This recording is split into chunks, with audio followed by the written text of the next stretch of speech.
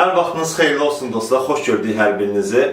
Bugün sizlər üçün çoxdandır reseptini məndən istədiyiniz qaymaqlı göbələk şorbası olacaq. Sizdən gələn şəhərlərdən belə məlum olur ki, şorbanız qara rəngində alınır və yaxud çox qat alınır, çox duru alınır.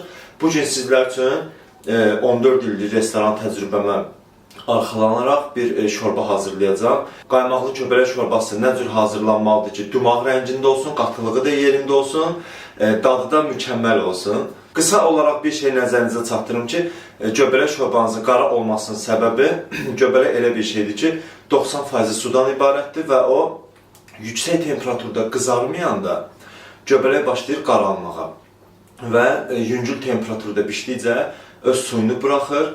Düzdür, suyun buraxmağı normaldır, amma sonradan qızarmaya düşməmiş, göbələk öz dadını almamış, şorbayı buraxmamış, qalan tərəvəzlər və yaxud da ədviyyatlar ona əlavə olunur, südə əlavə olunur, ona görə də şorbanızın rəngi qaralınır. Bu gün necə hazırlamaq lazımdır ki, tam da ürəyiniz istəyən kimi olsun, onu sizlərə təqdim edəcəm. Videoya keçməmişdən öncə videomuzu bəyənməyi unutmayın, keçək reseptə. Deməli dostlar, şampinyon göbələyi götürmüşük, hamımızın sevdiyi göbələk növüdür. Biraz da üstünə əlavə edirəm. Deməli, burada məsələ nədir? Bəziləriniz deyir ki, göbələk yumaq olmaz, bəziləriniz deyir ki, göbələk soyulmalıdır, yuyulmamalıdır. Onun nəzərinizə çatdırım ki, o trüfel göbələyinə aiddir. Bizim şampinyon göbələyimizə aid deyil. Çünki trüfel göbələyi torpaqdan çıxır və onun qoxusunu itməməsinə görə o göbələyə aid olmur. Amma bu göbələk üçün heç bir fərqi yoxdur. Ona görə də indi üzərinə su tökürük. Bir 5 dəqiqə, 10 dəqiqə qalsın. Biraz da dirilsin və üzərində olan qumu palçığı hamısı dibə çöksün, suya çöksün. Biraz belə əlimizlə bastıraq ki suya, bütün qumu, tozu nəyi varsa hamısı çöksün suyun dibinə. Gözlü rəngi get-gedə ağarır. 2-3 dəqiqə belə qalsın kənarda, bəs edər. Hə dostlar, göbələk qaldı hardasa bir 5 dəqiqə suda. İndi bunun doğranması mühümdür. Nəyə görə? Göbələk şorbasına çalışın ki, belə 4 yerə bölün, onsuz da blenderdan keçəcək, o öz yerində. Amma bizə lazım olan odur ki, göbələk şorbasında göbələk öz suyunu buraxmasın. Ona görə də belə qalın qalmalıdır ki, qızarmaya düşə bilsin. Ona görə də biz bunları bu formada doğrayırıq. Birini 4 yerə bölsək bəsdir. Yəni, çoxunun bu şorbada elədiyi səhv budur. Ki, götürün nazik-nazik belə bu formada tak-tak belə doğrayır bu nazik-nazik, bütün suyunu da göbələk buraxır, şorbası olur qara. Ondan da sonra gəlir mənim üstümə ki, usta necə eləyək ki, şorbamız ağ rəngində olsun. Həmçinin dostlar, onu da istədiyim ki, bu formada olanda, qızaranda göbələk şorbasının dadı bir başqa olur. Bunu mütləq sımayın bu formada və sevdiyiniz insanlarla da paylaşın ki, bizlərə də xoş olsun. Göbələkləri doğrayandan sonra dibində olan suyu da sizə göstərim. Görürsünüz, içi bütün çirkli palçıqdır. Ona görə də kim deyirsə ki, bu yuyulmamalıdır, o özü yumayıb yeyə bilər. Tavaya yağ əlavə edirəm, duru yağ. Çalışın ki, çox olmasından qorxmayın, çünki göbələk qəşəng qızarmalıdır. İndi başlayırıq göbələkləri yüksək temperaturda bişirməyə. Çalışırıq ki, yaxşı qızarsın. Və çalışın ki, ən əsas məsələ qapaq qoymaq olmaz. Və bir də sizə onu qeyd edim ki, çalışın bacardığınız qədər az-az qarışdırın bunu. Tez-tez qarışdırmayın ki, su da çox salmasın. Dostlar, göbələk burada qızarana qədər çox da vaxtınızı almaq istəmirəm.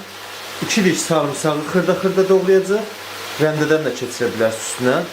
Bir ədəd soğanı da kubvari xırda-xırda doğrayacaq. Bundan artıq səs gəlir, suyun səsi gəlir.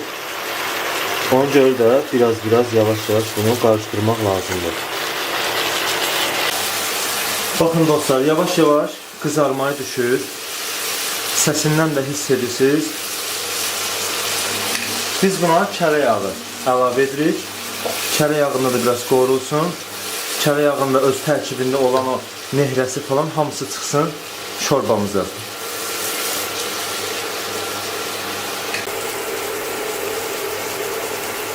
Göbələyimiz belə qəşəng qızarandan sonra burada doğradığımız soğanımız var və sarımsağımız var. Növbə ilə əlavə olunacaq. Bir də çalışın ki, göbələk qızaranda duzunu əlavə edin. Çürüməyinə görə qorxmayın ki, üzərinə süd əlavə edəcək və yaxud qaymaq əlavə edəcək. Çürümə ehtimalı yoxdur. Əsas odur ki, göbələyin öz duzda qovurulmuş dadı çıxmalıdır şorbaya. Baxın, artıq göbələk qızarmağa başlayır. Öz rəngini alır. Bizə də bu lazım idi.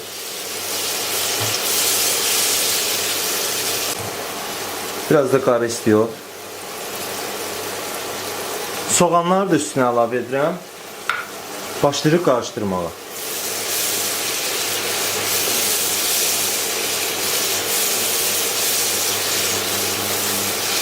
Biraz da soğan qovrulsun ki, soğan da öz dadı çıxsın. Soğan da biraz qovrulandan sonra sarımsağını da əlavə edirəm.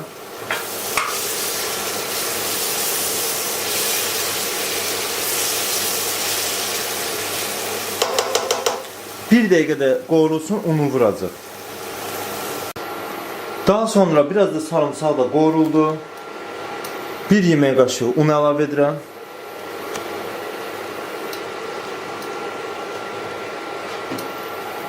Qarışdır.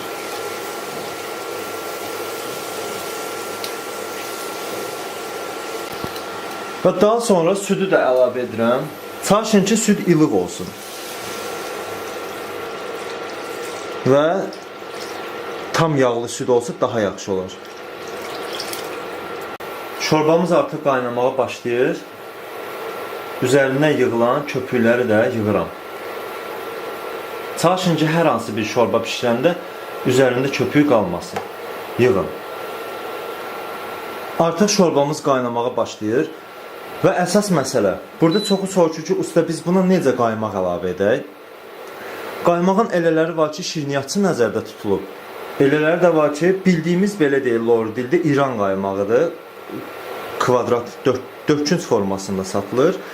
Amma ən məsləhət bildiyim, mən burada yenə də deyirəm, firma marka təqdim etmirəm, amma Ramadır. Bunu restoran sistemində işləyənlər bilər.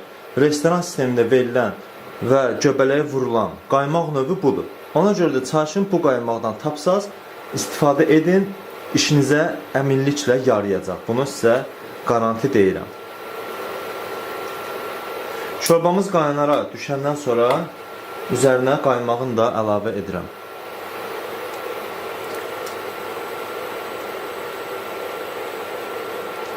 Biraz da biraz da qaymaqla pişsin. Artıq blenderdən keçirib servis edəcəm. Bir də onu deyim sizə dostlar, gözləməyin ki, çox qatı olsun. Çünki çox qatı olandan sonra göbələyin özü də əziləcək. Özü də əziləndən sonra öz qatılığı da çıxacaq şorbaya. Ondan sonra olacaq uşaq yeməyi. Ona görə çalışın ki, baxın bu formada biraz duru qalsın. Blenderdən keçirəndə tam istədiyimiz kıvamı alaq. Yenə də üzərinə belə yığılan köpükləri də biz yığırıq. Qaymaqla da belə qaynara düşəndən sonra bir 5 dəqiqə, 7 dəqiqə aralığında qaynasın, ondan sonra keçirəcək blenderdən.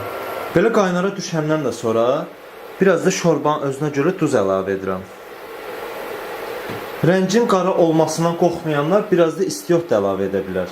Hə dostlar, qaynara da düşdü, artıq hazırdır, blenderdən keçirmək lazımdır. Görünüşündən də göründüyü kimi deyir ki, gəl məni blenderdən keçir, hazıram.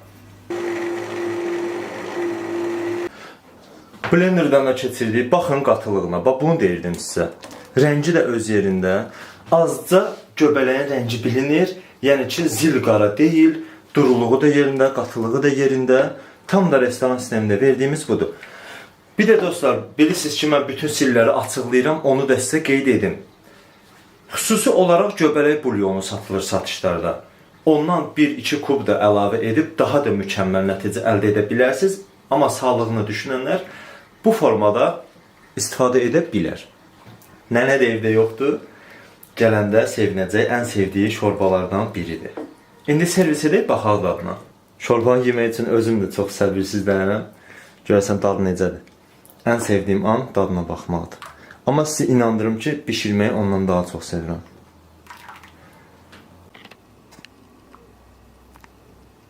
İndi ən sevdiyim anlardan biridir. Dadına baxmaq istəyirəm şorbamızın.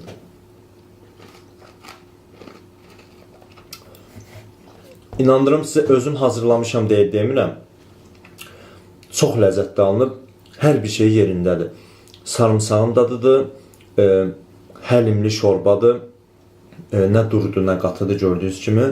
Suxarı ilə xüsusən əla olur.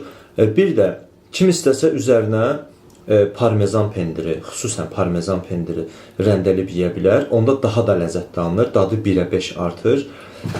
Və qeyd etdiyim kimi bulyon da əlavə edə bilər ki, dadını artırsın. Amma göbələk bulyonu olmasa belə, toyuq bulyonundan da südlə qarışdırıb əlavə edə bilər.